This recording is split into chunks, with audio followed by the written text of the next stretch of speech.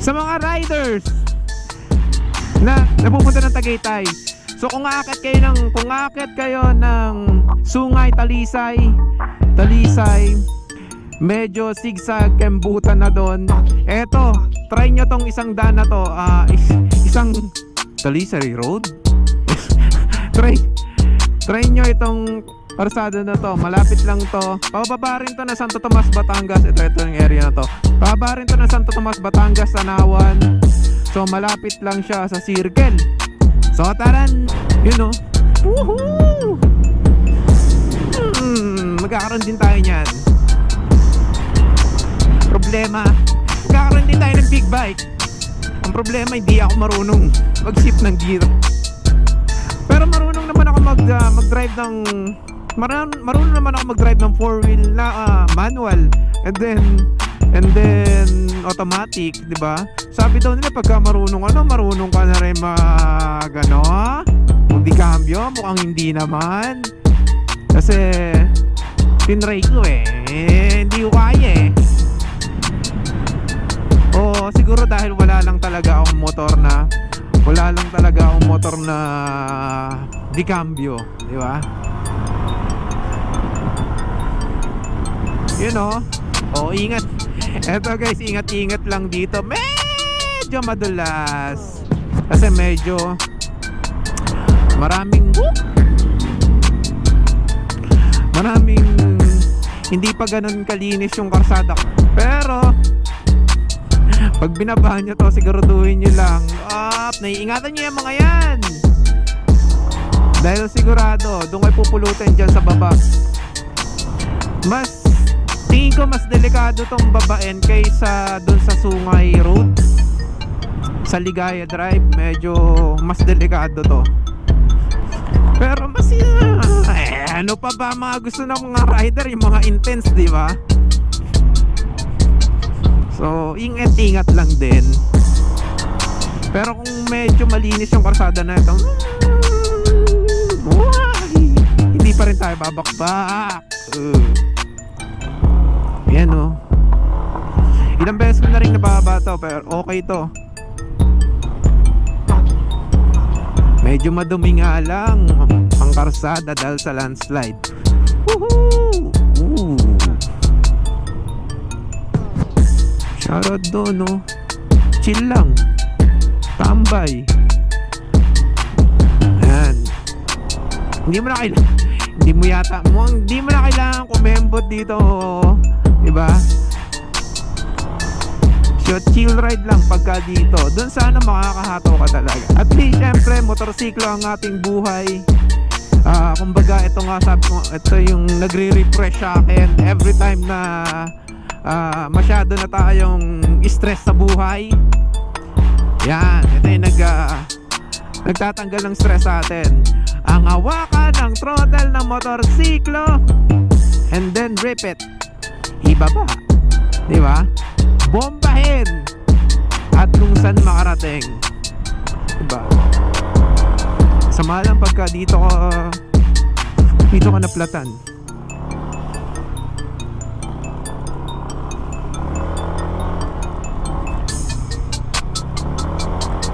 Ay, yun ang sinasabi ko, dito naplatan. Balikan natin si Pops, parang kailangan niya ng tulong.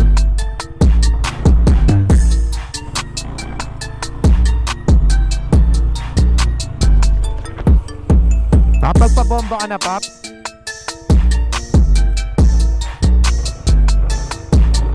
Ha?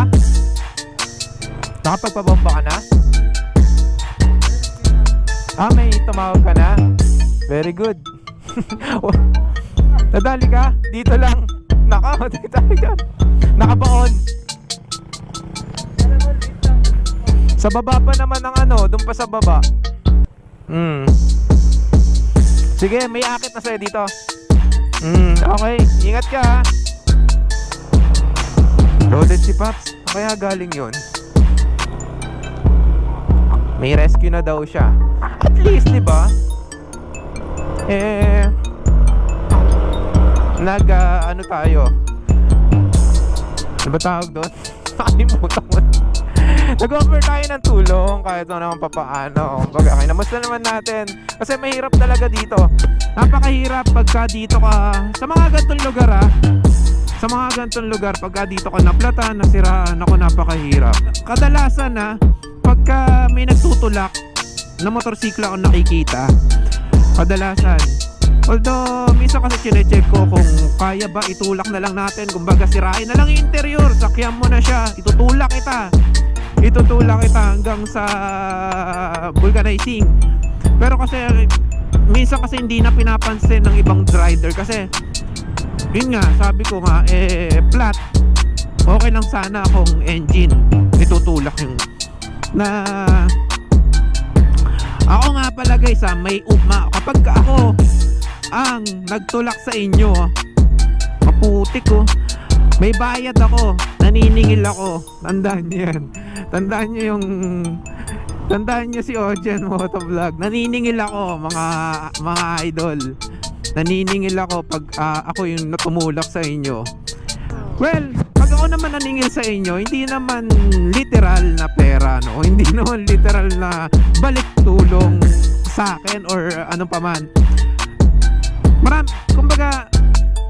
Kumbaga marami kasi talaga sa dami ng motor dito sa Pilipinas, talagang sumobra na dami. Mas lalo nadagdagan ngayong pandemic, no? Ang putik mas lalo talagang dumami ngayong pandemic.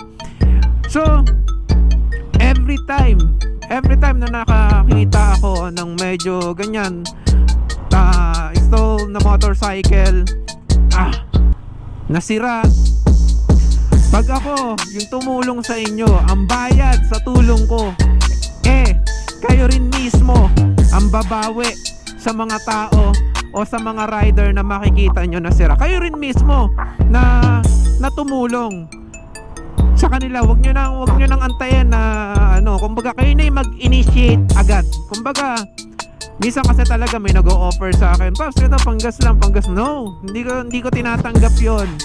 Ang sinasabi ko lang sa kanila, kung gusto mo talagang bumawi sa ginawa kong tulong sa'yo, pagka ikaw nakakita ng rider din na nasiraan, gawin mo kung ano yung ginawa ko sa'yo.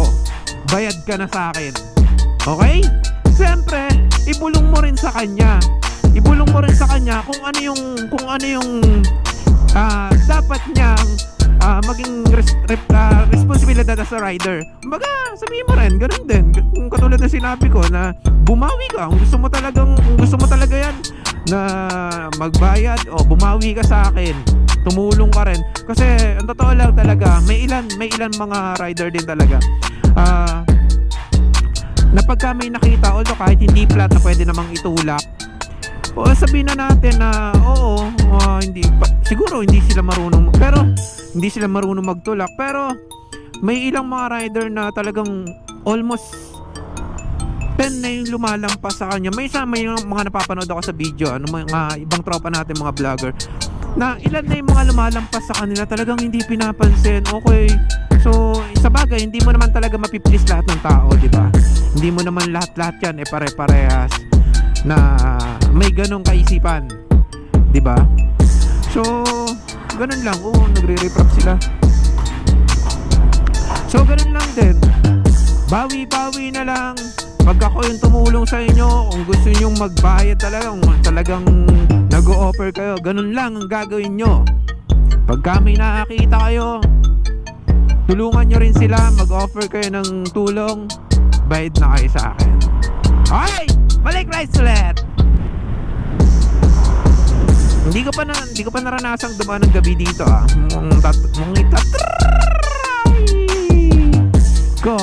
mag-overshoot pa tayo doon. Mukhang itatry natin kasi madalas na akong dumadaan ng gabi, Ligaya Drive. Mukhang scary dito. Mukhang scary, pero may pangotra ako sa kanila. Bago mo pasukin yung mga gantong lugar sa gabi, alas 12 ng gabi, takutin mo na yung sarili mo. Unahan nga lang yan, di ba? Pag takot na yung sarili mo, wala na silang magagawa. Takot ka na eh.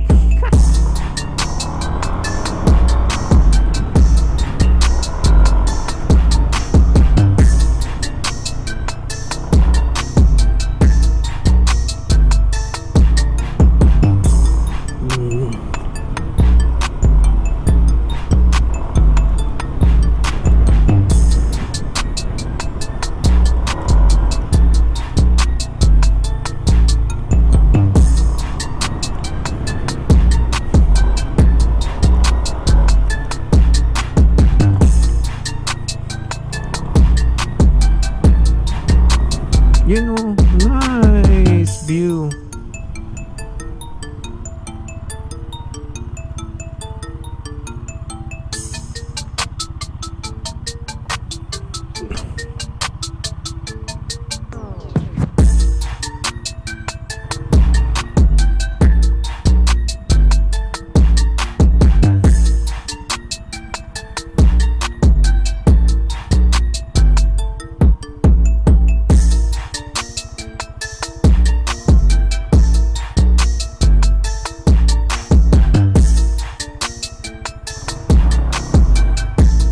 Kuha na natin tong mga to. Sama ka, Paps! Ako kukuha sa'yo! Walang hinihintay namin eh. Solo lang, sir? Solo lang, Paps!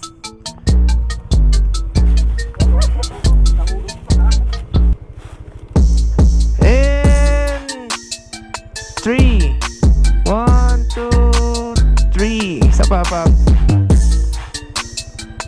Yan, 1, 2, 3. 1, 2, 3 Okay na! No, okay na ako. Motovlog po. Meron na po ako. Sige po, ingat po kayo. Ingat. O, diba? Shoutout sa inyo mga biker. Shoutout sa inyo.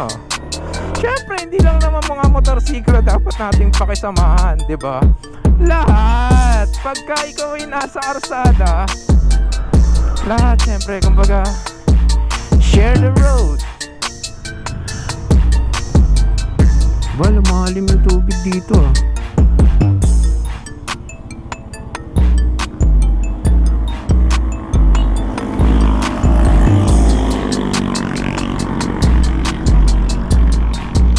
Itong bahay namin oh, lumalim yung tubig. Okay, uubos na tayo ng putek.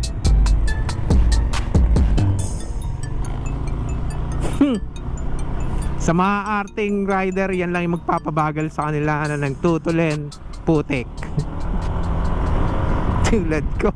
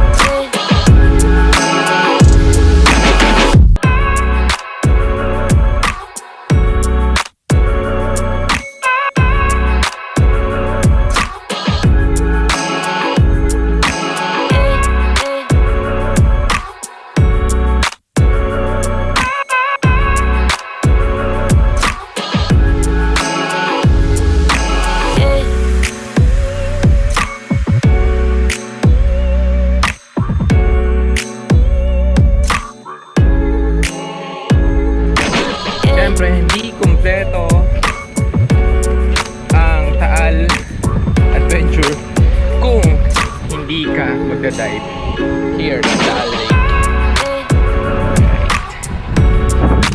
So tara, let's.